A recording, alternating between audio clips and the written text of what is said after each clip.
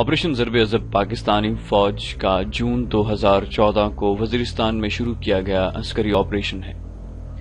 اس عسکری کارروائی کو ضرب عضب کا نام دیا گیا۔ عضب کا مطلب ہے کاٹنا۔ عضب حضرت محمد صلی اللہ علیہ وسلم کی تلوار کا نام تھا۔ ضرب عضب کاٹ ڈالنے والی ضرب ہے۔ یہ تلوار رسول اکرم نے غزوہ بدر اور غزوہ احد میں استعمال کی۔ اسی سلسلے میں پاکستانی فوج نے اس کا مقابلہ کیسے کیا، اس کے بارے میں ہم آپ کو ایک دلچسپ واقعہ سناتے ہیں۔ ایک گمنام سپاہی جو آپریشن ضرب عضب کے دوران سنگلاخ پہاڑوں میں چھپے دشمنوں کی صفوں میں گھس گیا۔ وزیرستان میں پرخطر پہاڑیاں جسے دشمنوں نے اپنا مسکن بنایا ہوا تھا اور جہاں تک پہنچنا اور زمینی آپریشن ممکن نہیں تھا، کیونکہ دشمن ایسی جگہ پر موجود تھا جو اونچائی پہ تھی اور ان کا فائر سیدھا فورسز کو سامنے سے ہٹ کرتا۔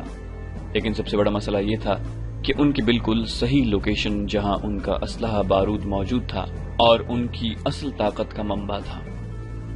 اس کے بارے میں جاننا بھی بہت اہم تھا کہ آخر یہ موجود کہاں ہیں، کیونکہ ان کا ٹھکانہ ایک نہیں تھا اور غاریں بھی کافی طویل تھیں۔ کوئی بھی چوک ایک تو دشمن کو خبردار کر سکتی تھی، دوسرا اس کا جواب بہت ہی نقصان دہ ہو سکتا تھا۔ اس بات کو مد نظر رکھتے ہوئے دو اہم ترین افراد کے درمیان ملاقات ہوئی کہ ہمیں سامنے سے مزاحمت کا سامنا ہے، لیکن سارا مسئلہ یہ ہے کہ سامنے موجود دشمن سے تو نمٹ لیا جائے، لیکن ان کی طاقت کا مرکز تلاش کرنا ہی سب سے اہم ٹارگٹ ہے۔ یہ خفیہ مشن ایک آفیسر کو سونپا جاتا ہے جسے دشمن کی صفوں میں گھس کر وہ تمام ٹھکانے جو پاک وطن کے دشمنوں کی طاقت بنے ہوئے تھے، ان سب کی معلومات لانی تھی۔ یہ مشن تھوڑی سی غفلت پہ ایک اذیت ناک موت اور ناقابل تلافی نقصان کا پیش خیمہ تھی۔ ان آفیسر کے بارے میں کہا جاتا ہے کہ اللہ نے کمال ذہانت اور بہادری سے نوازا تھا۔ خیر، بریفنگ برخاست کرتے ہوئے وہ آفیسر وہاں سے نکل گئے۔ کس روپ میں، کس کے ساتھ، کسی کو علم نہیں، سوائے اس ایک شخص کے جس کے ساتھ ان کی میٹنگ ہوئی۔ کچھ وقت کے لیے ان پہاڑیوں پہ آپریشن روک دیا گیا۔ دشمن سمجھا شاید پاک فوج اس جگہ تک پہنچنے میں ناکام ہو چکی ہے، اور اس بات کا بھی انہیں غرور اور یقین تھا کہ ان کا ٹھکانہ ایسے مقام پر ہے جہاں بنا نشاندہی کیے حملہ کرنا صرف انہیں خبردار کرنے کے مترادف ہوگا۔ ایک ماہ بعد طالبان میں ایک ساتھی شامل ہوا جس نے اپنی کمال ذہانت سے اپنی جگہ بنانی شروع کر دی۔ کچھ ہفتوں کے بعد اس شخص کی مہارت اور ذہانت کی خبریں خارجیوں کی مرکزی قیادت پہنچی کہ کیسے انتہائی ذہین شخص نے ان کے بکھرے ٹولے کو سمیٹا، انہیں تربیت دی، ان کے ٹھکانوں کو مزید مضبوط کرنے میں مدد دی، یہاں تک کہ اسے اس ٹھکانے پر موجود طالبان کے اعلیٰ عہدیداران تک بالآخر رسائی مل گئی۔ اس دوران اسے سارے ٹھکانے کی معلومات دی گئی۔ اس سے مشورہ لیا گیا کہ کس طرح کام کرنا ہے، پاک فوج سے بچنا ہے۔ غرض کمانڈر اس کے دیوانے ہو چکے تھے۔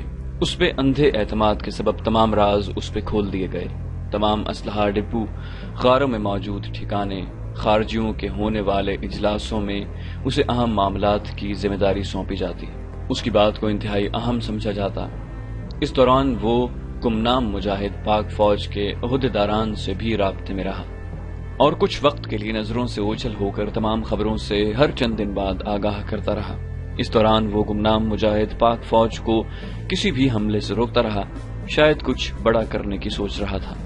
تقریباً 10 دن بعد اس آفیسر نے پاک فوج کے اپنے اعلیٰ آفیسر کو ایک پیغام بھیجا کہ کل مرکزی مقام پر بڑی تعداد میں خارجی اکٹھے ہو رہے ہیں، جن میں افغانستان سے بھی لوگ آ رہے ہیں، اور پاکستان میں حملوں کے حوالے ایک نئی لہر شروع کرنے کے حوالے سے حکمت عملی ترتیب دی جائے گی۔ ٹائم اور کوآرڈینیٹس دے دیے گئے۔ اس کے بعد کل بات کرنے کا کہہ کر مزید کچھ کہے بغیر رابطہ منقطع کر دیا گیا۔ یہاں پاک فوج نے ایئر فورس کے افسران سے ایک میٹنگ کر کے انہیں معلومات فراہم کر کے الرٹ رہنے کا حکم دے دیا۔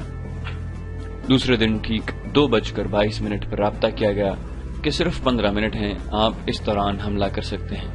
میں اندر جا رہا ہوں، صرف 2 منٹ کے لیے معذرت کر کے کمرے تک آیا۔ اسے روکا گیا لیکن وہ انکار کر گئے کہ میری غیر موجودگی کو شک کی نگاہ سے دیکھا جائے گا۔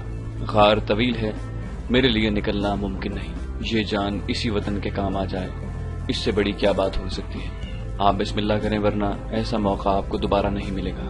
میں جا رہا ہوں، اللہ اکبر، پاکستان زندہ باد۔ مزید کچھ کہا سنا جاتا لیکن رابطہ منقطع کر دیا گیا۔ وہاں ایئر فورس کو حملے کا الرٹ جاری کر دیا گیا۔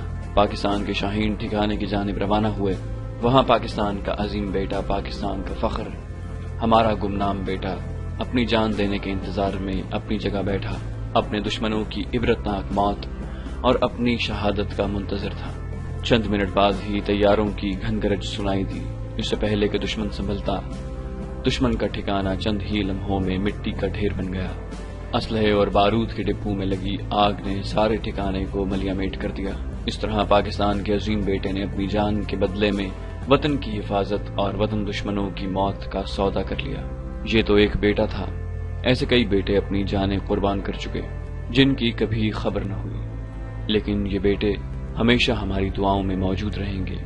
آج یہ امن، یہ خوشحالی ہمارے انہی گمنام بیٹوں کی قربانیوں کے سبب ہے۔